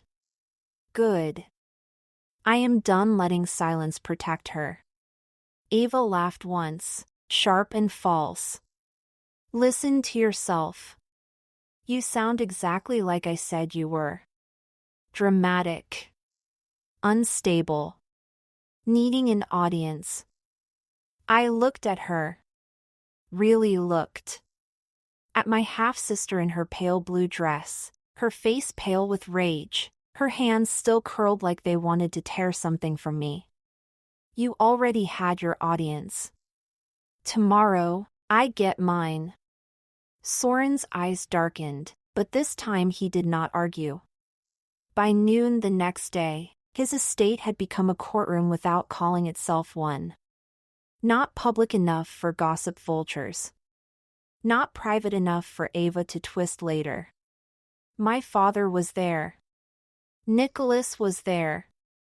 Ava sat across the room with her chin high and hatred burning clean through her pretty face. Two family attorneys stood near the wall. One of Soren's men recorded everything in plain sight.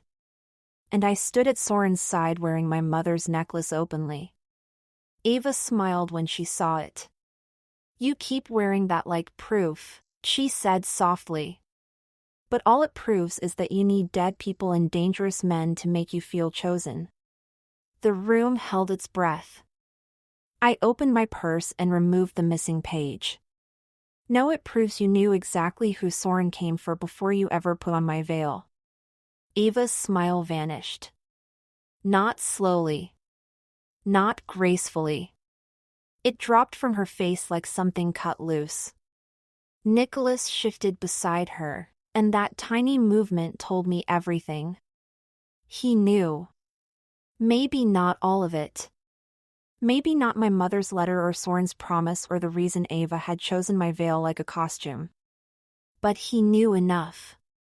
I unfolded the missing page with hands that no longer shook. My mother wrote this before she died. She named me. She named the necklace. She warned that if someone ever tried to stand in my place, Soren would know the difference. Ava's chair scraped back. That letter proves nothing. It proves you read it. Her eyes flashed. Soren said nothing beside me, but the whole room felt built around his silence. He was giving me the floor. The voice. The blade. I looked at Nicholas.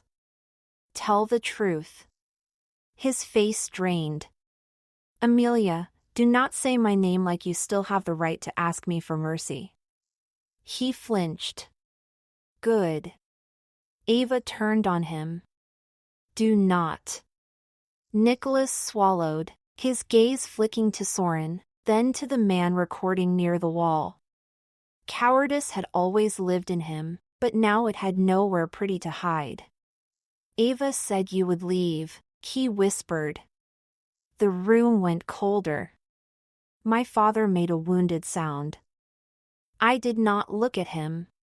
Nicholas kept going, each word dragging itself out of him. She said if we were already at the altar when you arrived, you would be too embarrassed to fight. She said everyone would understand eventually. That you would disappear for a while, and we could explain it as complicated feelings. Complicated feelings.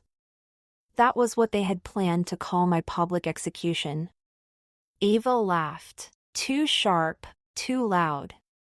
He is lying. Because he is afraid. Nicholas looked at her then, and for the first time, I saw resentment pierce through his weakness. You told me Soren Veyra was coming. You said if he saw you as the bride, he would help us.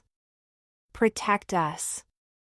That Amelia would finally lose something.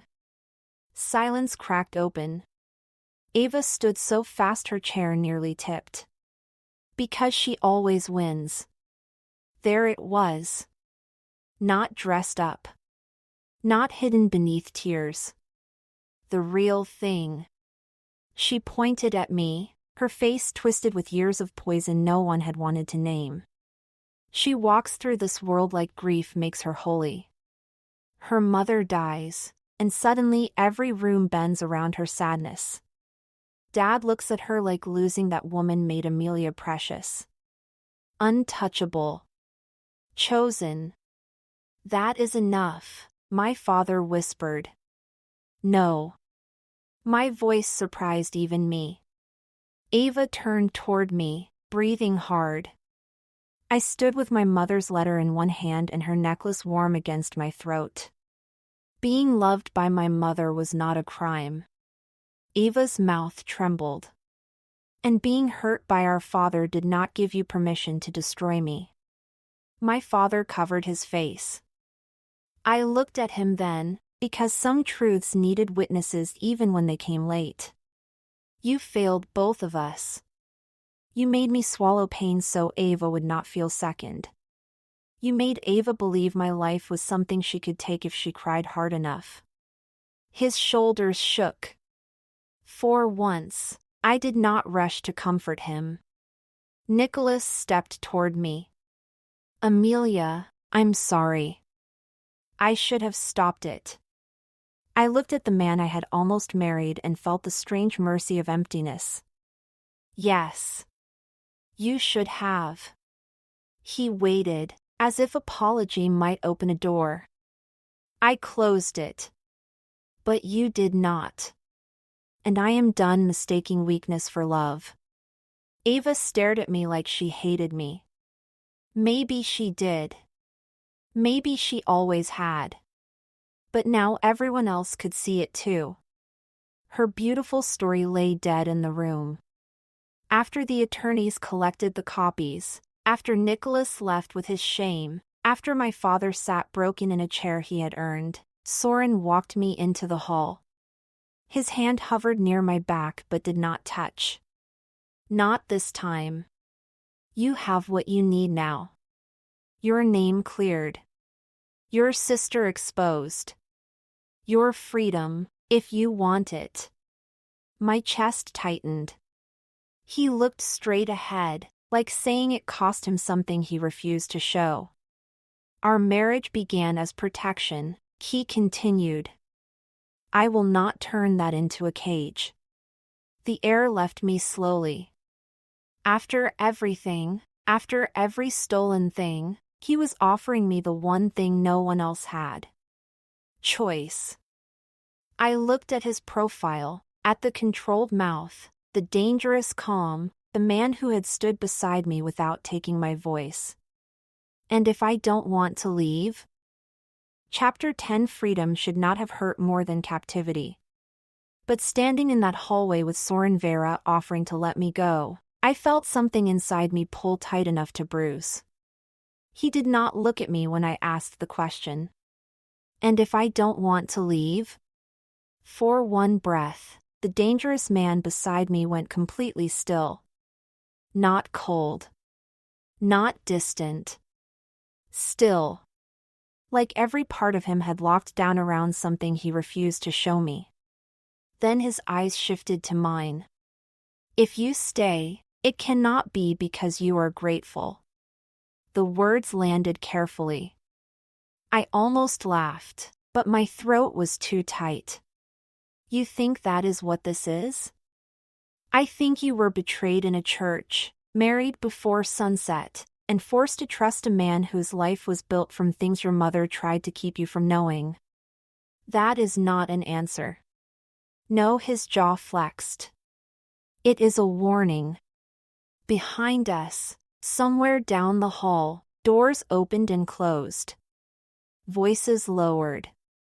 The wreckage of my old life was being handled in rooms I no longer needed to enter. Ava exposed. Nicholas ashamed. My father broken by truth he had spent years stepping around. And Soren was still standing there, trying to make sure I did not mistake rescue for love. It should have made me angry. Instead, it made me ache. Because no one had ever been so careful with the power they held over me. We drove back to the estate in silence. Not the empty kind. The dangerous kind. The kind where every breath carried what neither of us had said.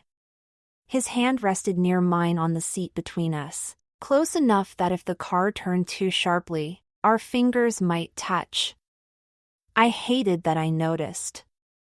Hated that my body had begun to recognize his nearness before my mind could defend itself. When we reached the estate, it looked different. The gates still opened like a warning. The guards still watched from the shadows. The stone walls still belonged to a man the world feared. But it no longer felt like the place I had been taken after my life collapsed. It felt like the place where I had stopped apologizing for surviving. Inside, Soren dismissed everyone with a quiet order. No audience. No witnesses. No one to turn this into another performance. Just us.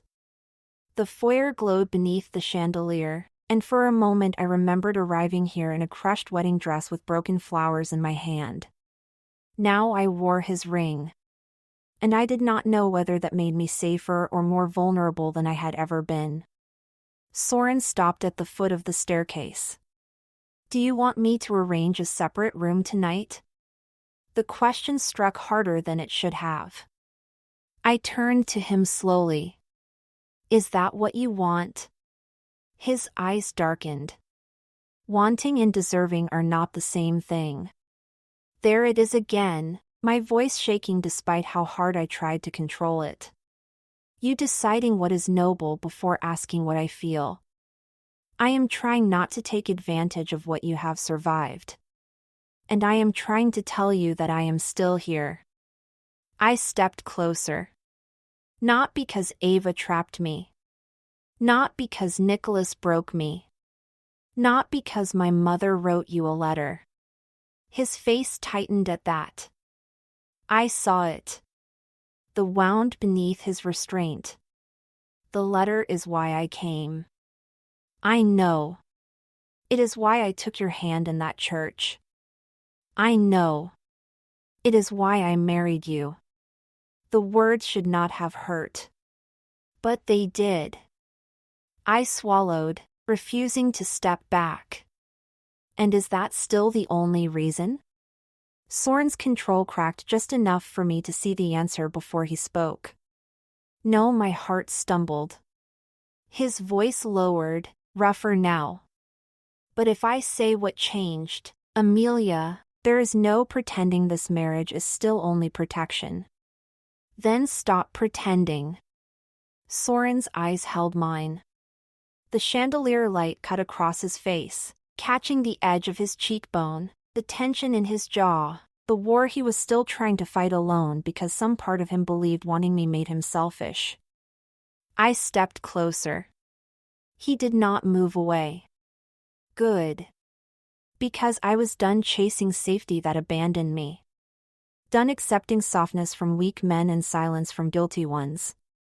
Done being treated like a wound everyone else had the right to manage. You told me not to stay because I was grateful. So hear me clearly. I am not grateful enough to give you my life. I am not broken enough to confuse rescue with love. And I am not scared enough to stay where I am only guarded. His throat moved once. I pressed my hand flat against my chest, over my mother's necklace. If I stay, it is because I choose you. But I need to know you are choosing me too. Not the promise. Not the debt. Not the woman my mother asked you to protect. His gaze dropped to my hand, then rose slowly. When I walked into that church, I came for your mother's daughter. The honesty hurt. I let it. But when you stood in front of everyone who had betrayed you and still took my hand with your chin shaking and your eyes full of fire, his voice roughened. That was when I saw you. My breath caught. Not her daughter. You. The air between us changed. He reached for my hand, not taking it until my fingers opened for him. Then he lifted my palm and pressed it to his chest, over the hard, steady beat of his heart. This changed when you refused to disappear. When you demanded truth from me even though you were afraid. When you faced Ava without letting hatred make you cruel. When you stood in that room today and took your voice back while I did nothing but witness it. His thumb moved once across my knuckles. I have been called dangerous all my life, Amelia. Sometimes it was a warning. Sometimes it was the truth. But you make me want to be careful with something for the first time without wanting to own it into silence. My eyes burned.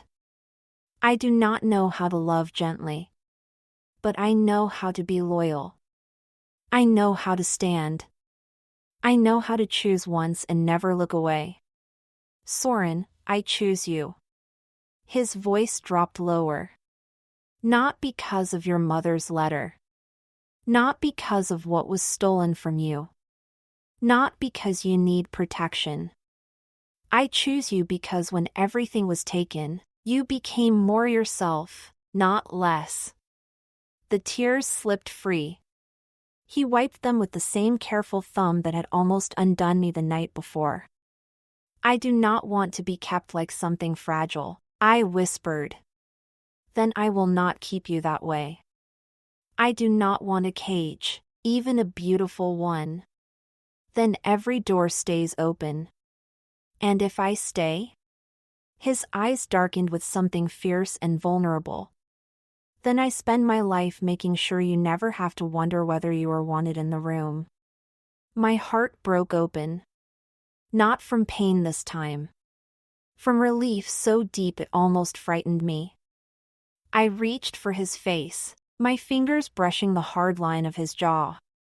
He went still beneath my touch, like even now he was giving me the final choice. So I made it. I rose on my toes and kissed him. Soren held back for one breath. Only one. Then his arm came around my waist, drawing me close with a restraint that trembled at the edges. His mouth met mine like a vow finally spoken aloud, deep and controlled and full of everything he had refused to take before I offered it. I had been kissed by Nicholas. This was not that.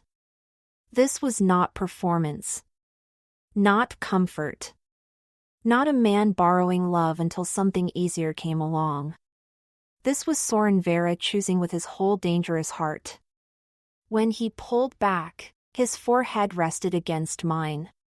No stolen altar, he murmured. No audience, I whispered. No revenge. I opened my eyes. He was already looking at me. Then say it. His hand covered mine against his chest.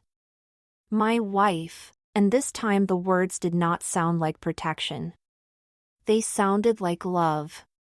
And when he kissed me again, nothing in me felt stolen anymore. Epilogue 6 months after my half-sister stole my wedding, I hosted dinner in the house of the man she had tried to take from me. Not because I wanted revenge. That was the strange part. Revenge had sounded sweet when I was still bleeding. Back then, I thought peace would come from watching Ava lose everything she had stolen. Nicholas. Sympathy. The pretty lie. The room full of people who once believed her tears over mine. But peace did not arrive dressed like punishment. Peace came quietly. It came in the mornings when I woke beside Soren and no longer wondered whether I had the right to be there. It came when the staff stopped calling me Mrs. Veyra like I was a guest with a title and started saying it like I was the heart of the house. It came when I moved flowers into the dark stone rooms, replaced cold silver vases with warm glass ones, and watched Soren pretend not to notice that his fortress was slowly learning how to breathe. He noticed everything. Especially me. "You moved the candles again," he said from the dining room doorway. I looked up from adjusting the table. They looked lonely. His mouth curved faintly. Candles can be lonely? In this house? Absolutely. He crossed the room toward me, black suit perfectly fitted, eyes warm in the way only I knew how to find. To everyone else, Soren Veyra was still danger in human form. Quiet. Powerful. Untouchable. To me, he was the man who loosened his tie when I was upset because he knew I liked to tug on it when I needed courage. He stopped behind me, one hand settling at my waist. "And have you rescued them?" "I'm working on it." His lips brushed my temple. "You rescue too much." I leaned back into him. "So do you." His hand tightened once. That was love with Soren. Not loud. Never careless. A touch that remembered every place I had once been hurt and refused to press there. The dinner was small. Controlled. Mine. Soren had asked 3 times if I was sure I wanted my father invited. I had said yes every time. Not because everything was forgiven. Because forgiveness and access were not the same thing, and I had finally learned the difference. My father arrived exactly at 7, holding flowers he clearly did not know what to do with. He looked older now. Softer around the edges. Grief had humbled him, but guilt had done more. He stopped when he saw me. For a moment, neither of us spoke. Then his eyes moved to my necklace. My mother's pendant rested at my throat, just like always. "Amelia. You look like her tonight." Once, that would have broken me. Now, I let the words touch me without letting them take me apart. "Thank you." His eyes filled too quickly. "I'm sorry." The room went still around us. Soren stood near the window, silent, not interfering. But I felt him there. Felt the choice in it. He would step in if I needed him. He would stay back if I did not. I looked at my father and saw, finally, not the man I had begged to defend me. Just a man. Weak in places. Loving in others. Guilty enough to hurt, but not enough to rewrite what had happened. "I believe you." Hope flickered across his face. But sorry does not erase what silence did. His shoulders fell. "I know. I'm not shutting the door," I continued. "But I'm not handing you the key either. If we rebuild, it happens slowly. Honestly. No pretending Ava's pain was permission. No asking me to make myself smaller so you can feel less guilty." He nodded, tears slipping before he could stop them. "I'll do it your way." For the first time in my life, I did not rush to comfort him. I simply said, "Good." Dinner was quiet at first, then easier. Soren sat beside me, his hand near mine beneath the table. My father tried. Awkwardly. Carefully. But he tried.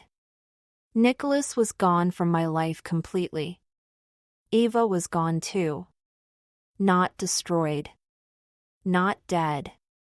Not some dramatic ending tied in blood. Just gone. Blocked from my home. Removed from my circle. Left with the life she had chosen and the truth she could no longer dress in white. That was enough. After dinner, when the house settled into night and my father left with boundaries instead of forgiveness, Soren took my hand and led me upstairs. I have something for you. In our bedroom, on the small table near the balcony doors, sat a frame. I stopped breathing. Inside it was my mother's letter. Restored. Protected. Whole. Every page preserved behind glass, including the one Ava had tried to turn into a weapon. Beside the frame rested a small velvet box.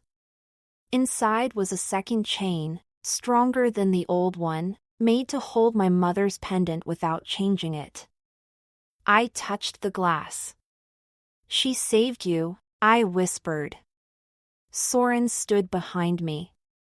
She did. And then she saved me. His reflection watched mine in the dark window. No, Amelia. She led me to you. You saved yourself. The tears came softly this time. No breaking. No collapse. Just love finding places grief had left empty. Soren turned me toward him and lifted the necklace from my throat with careful hands. He transferred the pendant to the new chain, then fastened it around my neck. His fingers lingered at my nape. I closed my eyes. For years, I had thought being chosen meant someone else had to lose. Ava had believed that too. She had stolen a dress, a groom, a room full of eyes, and one cruel day she thought would finally make her first.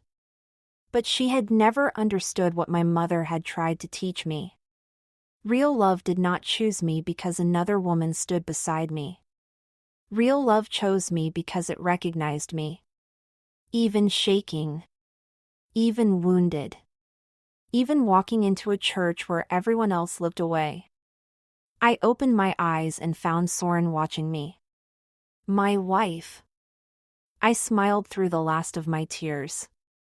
This time, the words did not feel like protection from a scandal. They felt like home. Ava had stolen my wedding day. But she had not stolen my future. She had not stolen my mother's love. And she had not stolen the man who was never meant to come for the bride at the altar. He had come for me. Thank you for listening to Bayless D'Ambra Audiobooks. If this story pulled you in, made you angry, made you emotional, or had you rooting for Amelia and Soren, leave a comment below and tell me which moment hit you hardest. Please like, subscribe, and share this audiobook with another romance lover who enjoys betrayal, protective mafia men, forced marriage, and emotional happily ever afters. Copyright 2026 Bayless D'Ambra Audiobooks. All rights reserved. This story is original fiction created for Bayless D'Ambra Audiobooks. Unauthorized copying, reposting, re-uploading, translation, adaptation, narration, or redistribution is strictly prohibited. Until next time, stay dangerous, stay romantic, and remember, sometimes the bride who gets abandoned is the one destiny was protecting all along. Until next time, ruthless romantics. Stay ruined.